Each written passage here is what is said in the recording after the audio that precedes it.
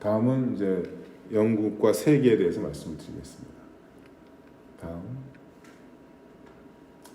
자, 저가 이제 여러분들 많이 궁금해하는 부분 중에 하나가 이런 게요. 여러분들은 이 질문 안 가지셨나요? 영국은요, 2차 세계대전 때 불란서가 독일에 점령됐을 때 불란서를 연합군의 일원으로서 독일에서부터 해방시키기 위해서 영국이 많이 도움을 줬잖아요. 그리고 독일은 영국을 공격했고 불란서를 침범한 국가입니다. 그런데요, 영국하고 불란서 관계가 이런 표현이 어떨지 모르는데 어떤 면에서 한국과 일본 같은 관계 같은 그런 불편한 관계예요. 그 일간지를 보면 불란서에 있는 유명 일간지를 보면 영국의 왕족들을 이렇게 설명을 할 때 이렇게 코는 높은 그 매부리 코를 하고 있고 약간은 멍청한 모습의 왕세자 모습이라든지 하여튼 영국에 대해서는 약간 이렇게 높이지 않는 그러한 걸 느낄 수 있고요. 불란서 사람들에 대해서 영국 사람들은 이 닭의 벼슬이 화가 나면 닭 벼슬 색깔이 많이 변하잖아요.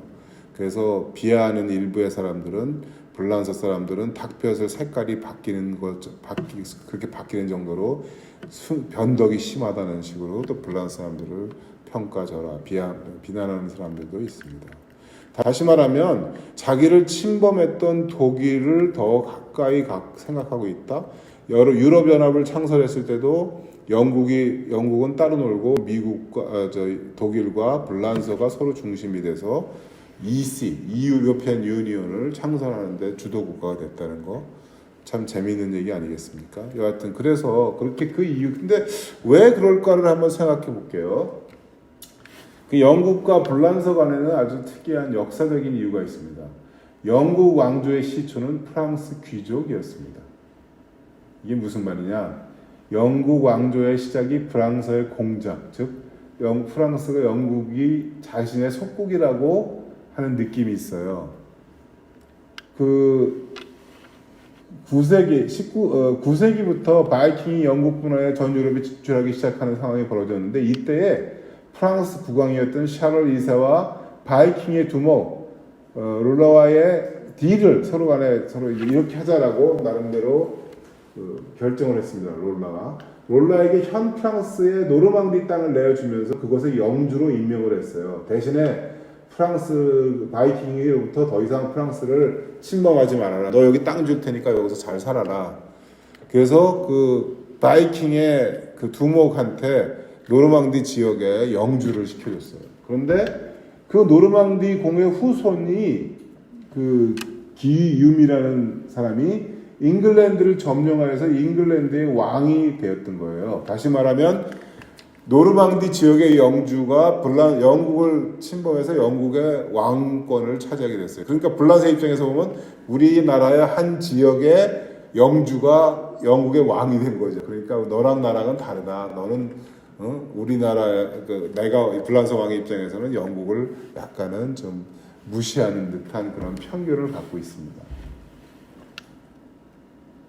그래서 어떤 일이 벌어졌느냐? 잉글랜드의 그 왕인 동시에 프랑스의 신하인 상황이 벌어졌어요. 그래서 실제로 헨리 5세 전까지 왕실은 불어를 사용했고 서민들, 평민들이 영어를 사용하는 그런 상황이 벌어졌습니다. 그런데 헨리 5세부터 왕실도 영어를 썼는데 여기 보면 제가 대표적인 단어를 몇 개 써놨는데 피그 포크라는 게 이제 영어잖아요. 이걸 갖다가 불어에는 포크예요. 그래서 다시 말하면 이걸 갖다가 합성을 해서 포크를 사용하고 카우하고 비프를 합쳐서 베프라는 불어를 이렇게 사용을 했습니다. 그래서 이게 좀 제가 지금 이거 언어학자는 아니지만 여러분들한테 이렇게 보여주는 불란서와 영국의 관계를 이렇게 보여줍니다. 다음. 그리고 이제 그게 옛날 오래된 역사예요. 그래서 너희 불란서 한 지역에 바이킹 내가 너 영주를 시켜줬는데 그 사람이 영국을 점령해서 왕이 됐다. 따라서 불란서 입장에서는 너는 우리 그 하나의 속국이라고 약간 얕잡아보는 그런 경향이 있습니다. 근데 최근에요, 또 그 후에 백년 전쟁이 있었잖아요. 그 백년 전쟁이 뭐냐? 프랑스 영토를 두고 재산권 분쟁을 벌였던 거예요. 그래서 영국 왕조와 프랑스 왕조 간에 혼인 관계를 맺음에 따라서 프랑스가 영국의 왕에게 상속되어야 했지만 이를 프랑스가 막기 위해 법을 바꾸자 이에 반발한 영국과의 전쟁이 일어났다. 이게 뭐냐면 그 불란서하고 영국은 옛날에 우리 정략 결혼이라는 게 있었잖아요. 그래서 서로 정략 결혼하다 보니까 불란서 왕족이 그 영국 왕족 여자가 로얄 패밀리가 영국의 왕하고 결혼하고 막 이렇게 피가 섞였단 말이에요.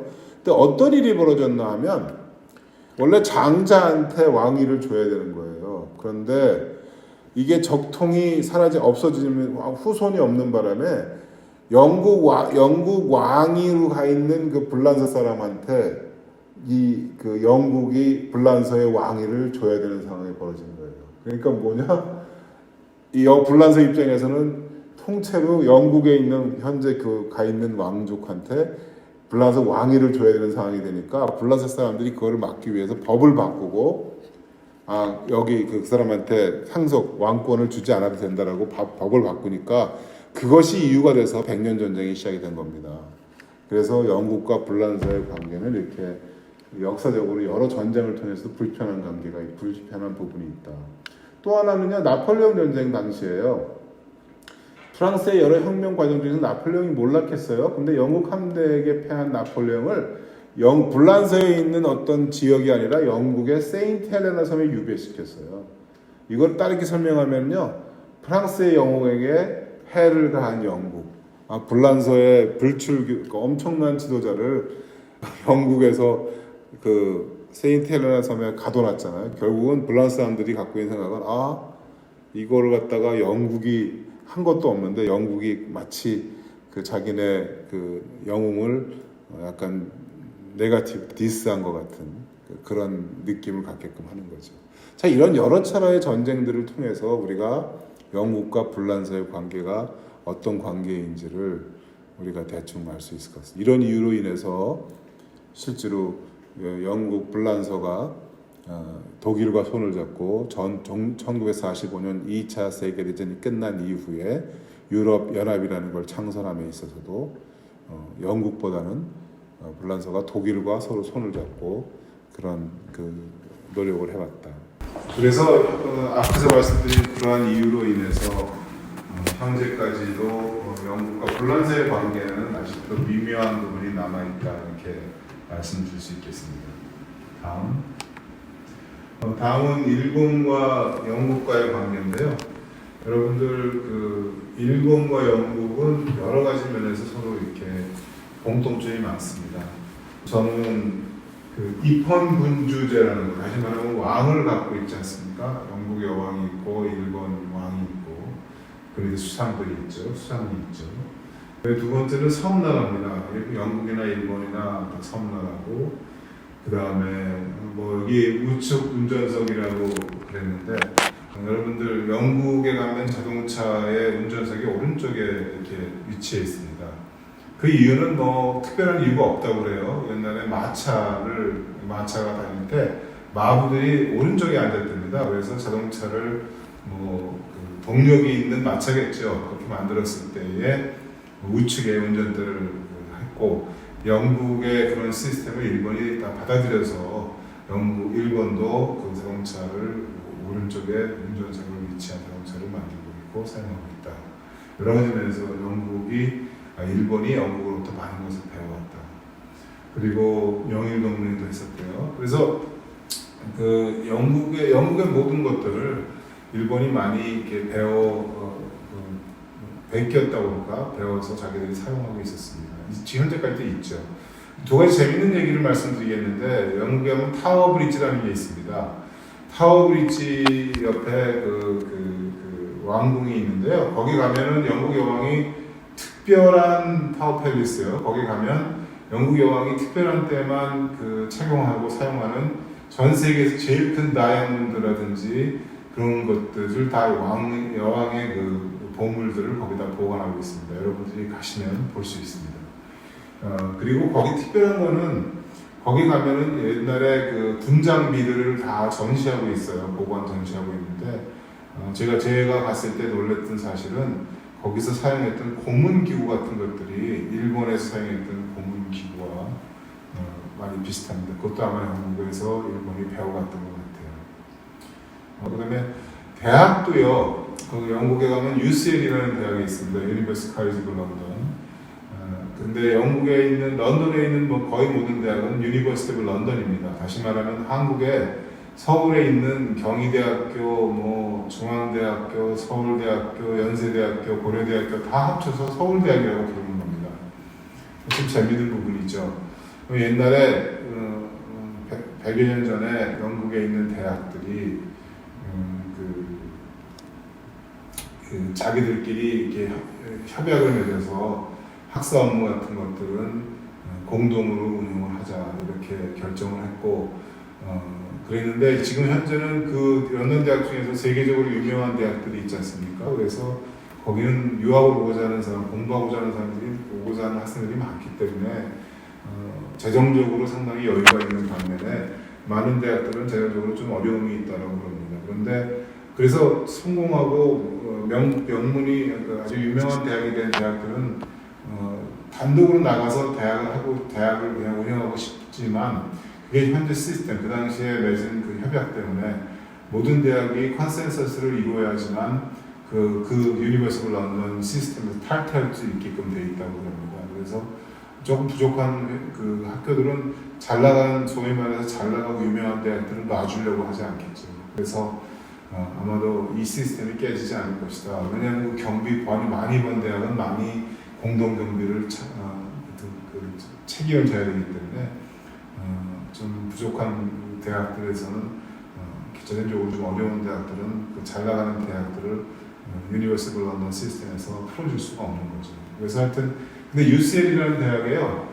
거기에 의대도 있고 거의 종합대학입니다. 한 2-3만 명 정도의 학생 수를 갖고 있는 대학인데 그 학교에 일본에서 그 정부 그 관료들을 몇백 명씩 매년 지금도 보내는 것 같습니다. 그래서 일본에서 그 공무원들이 거기서 공부를 할 수 있는 기회, 영어권을 많이 배우고 하는 그런 그 교환 프로그램이 있는 거고요.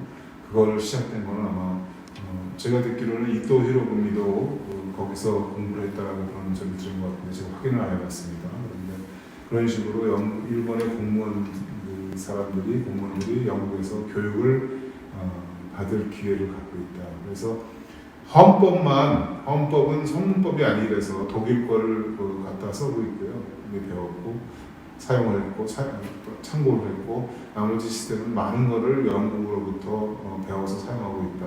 이렇게 우리가 말씀을 드릴 수 있겠습니다. 그래서 영국은 The Empire on which the sun never sets, 해가 지지 않는 나라라는 그런 나라로 이렇게 설명했었죠, 영국을.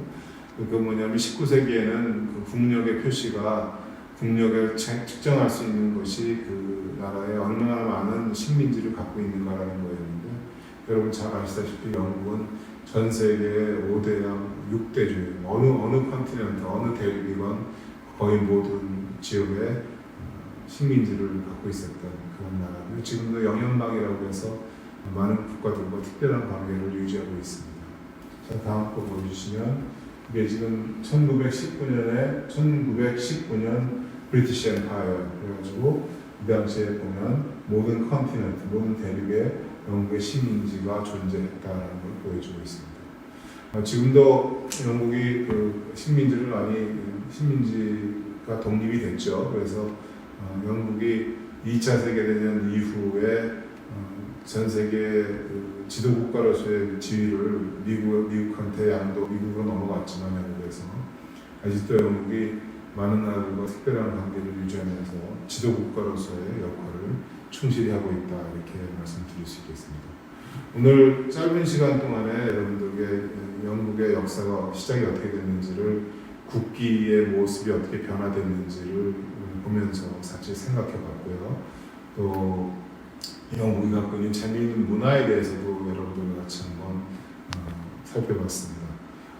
다음에 기회가 된다 그러면 오늘 시간이 제한돼 있어서 깊은 얘기 많이 못했지만 기회가 된다면 좀 더 깊이 있게 많은 이야기를 여러분들과 다시 한번 논의하고 생각할 수 있는, 공부할 수 있는 그런 기회가 있었으면 하는 생각입니다. 바람입니다. 여러분 코로나 조심하시고 건강하십시오. 감사합니다.